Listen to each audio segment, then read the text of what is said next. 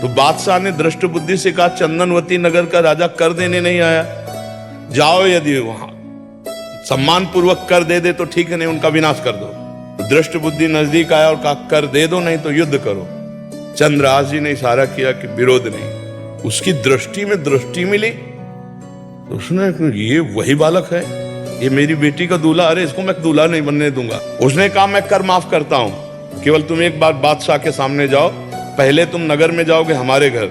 उन्हीं के वध के लिए उन्हीं को पत्र लिखा और उनके जो बेटे थे उनको लिखा कि बेटा, ये पुरुष जिसको मैं भेज रहा हूं, जाते ही विष दे दिया जाए। भगवान की इच्छा, उस दिन उपवन में उन्होंने अपना घोड़ा रोका और उसमें आई थी उनकी बेटी जिसका नाम था विषया।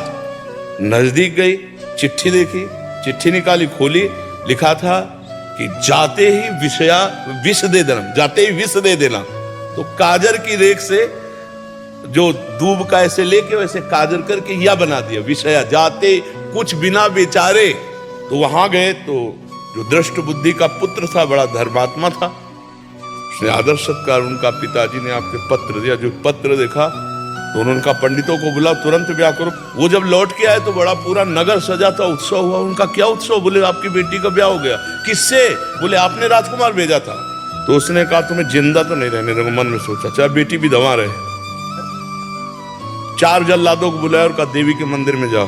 तो वहां दृष्ट बुद्धि के जो बेटे थे वो वहां किसी कार्य से, उन्होंने कहा हमारे जीजा ऐसे हैं, तो उनका इसी समय लाओ। अब ये जो मंदिर पहुंचे सो काट के फेंक दिए गए और वो बादशाह के पास गए। बादशाह ने तत्काल ताज रख दिया, जाको राखे साइया मार सके न कोई। बादशाह बना ना। अगर भगवान रक्षक, भगवान जिताने वाले तो कोई परास्त नहीं कर सकता। हर विधान उल्टा होता चला जाता है।